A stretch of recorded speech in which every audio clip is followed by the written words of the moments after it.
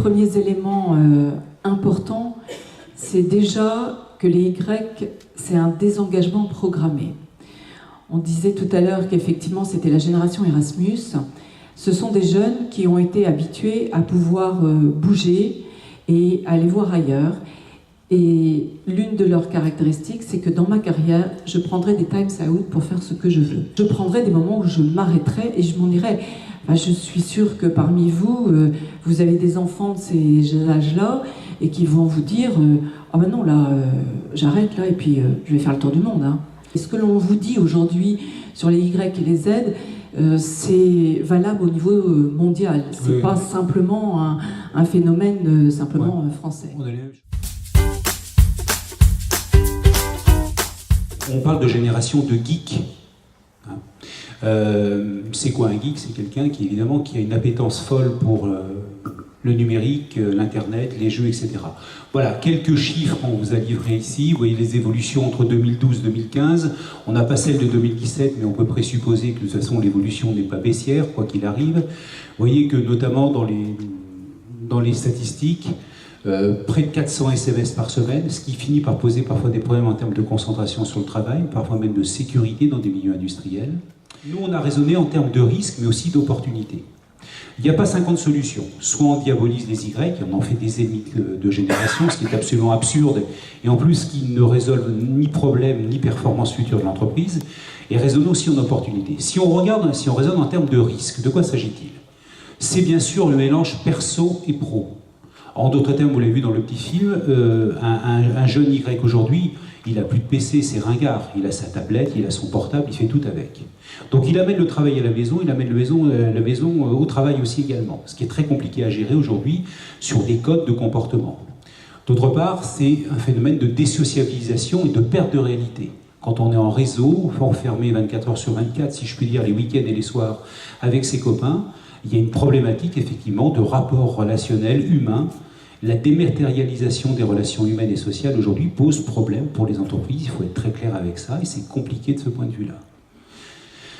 La diffusion de rumeurs, d'e-bashing, on est en plein, rappelez-vous, on a quitté les élections il n'y a pas longtemps, de fake news aujourd'hui, et la difficulté aujourd'hui, c'est de filtrer l'information qui arrive à une vitesse absolument folle, et sur lequel le cerveau, sur un plan cognitif, humain, n'est pas apte à filtrer à toute vitesse. Donc, on est sur une génération qui reçoit plein de formations. Le e-bashing, ce qu'on appelle la e-réputation de vos entreprises aujourd'hui, peut être détruite du jour au lendemain par un jeune, un apprenti, un stagiaire qui n'a pas trouvé votre entreprise sympathique, c'est le mot qu'on puisse dire, et qui va dispatcher des rumeurs ou des bashings sur Internet. Et puis enfin, dernier point, c'est le manque de concentration, la surcharge cognitive, on joue avec beaucoup de choses à la fois, et c'est compliqué de leur adjoindre une espèce de rigueur, de méthodologie sur le moyen terme. Pour un Y et un Z a fortiori, vous parlez de 6 mois de délai, c'est absolument ingérable pour eux, ils ne voient pas ce qu'ils savent.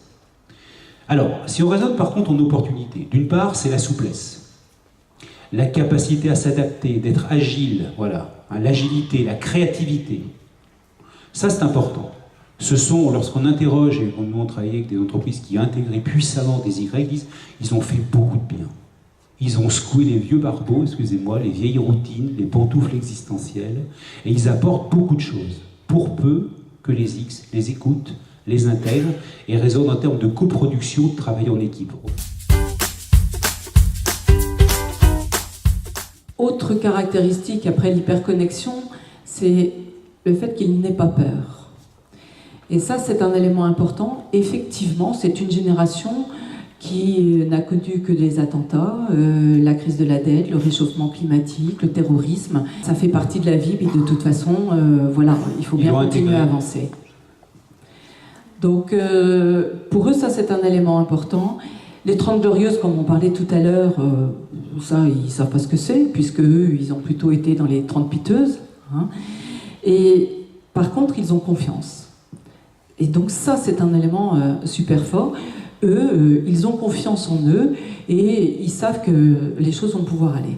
Alors, cette notion de ne pas avoir peur, effectivement, ça pose problème dans l'entreprise comme dans la vie de tous les jours, où du jour au lendemain, ils peuvent vous dire au revoir. Hein, ça leur plaît plus, le travail ne leur convient pas, ils sont pas à l'aise dans l'entreprise, eh bien du jour au lendemain, ils peuvent partir. Ils s'ennuient, ils s'en vont. Ils n'ont pas de plan de carrière. Donc voilà, les choses, ils vivent au jour le jour. Et cette précarité, en quelque sorte, puisque de toute façon, ils ont été dans ce monde du chômage, bah, ça fait partie de leur vie. Autant les seniors, être au chômage, c'est la catastrophe, mais qu'est-ce qu'on va devenir, mais qu'est-ce qui va se passer, mais qui suis-je du coup? Eux, de toute façon, ils savent que c'est un passage obligé. Donc oui, bon, bah, on va aller pointer, et puis on verra bien ce qui va se passer après. Donc ces côtés un peu surprenants et déstabilisants, justement, de ces jeunes-là, peut être au contraire très porteurs. Puisque ils ont justement, comme ils n'ont pas peur, cette envie d'aller de l'avant. Et c'est pour ça qu'on les retrouve beaucoup dans des situations justement de création d'entreprises, d'auto-entrepreneurs aujourd'hui.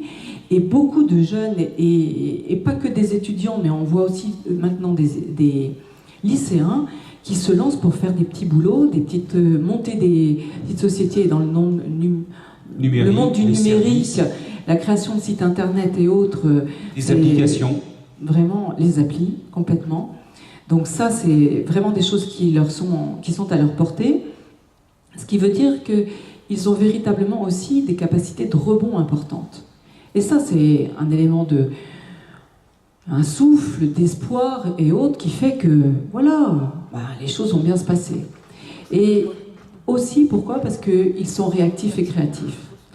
Donc, c'est des éléments importants et des qualités sur lesquelles doivent miser l'entreprise. Aller les chercher sur ces thèmes-là, parce que justement, c'est là où ils sont forts.